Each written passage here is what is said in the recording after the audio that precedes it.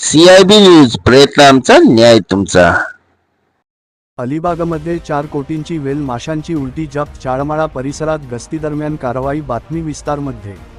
अलिबाग पोलिसांनी वन्यजीव तस्करीविरोधात अत्यंत धक कारवाई करत तालुक्यातील चाळमाळा परिसरात विशेष गस्तीदरम्यान तब्बल 4 कोटी रुपये किमतीचे वेल माशाच्या उलटीसदृश ॲम्बरग्रीस जप्त केले आहे.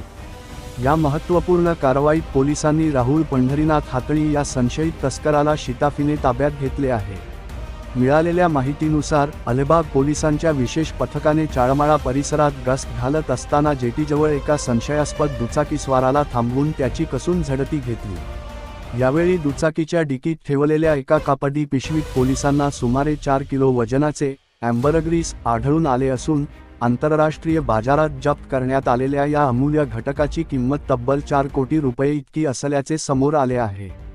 या धक कारवाईत पोलिसांनी 4 कोटी रुपयांच्या ॲम्बरग्रीस सह संशयित तस्कराची दुचाकीही जप्त केली असून एकूण हस्तगत केलेल्या मुद्देमालाची किंमत सुमारे 4.25 कोटी रुपये इतकी आहे.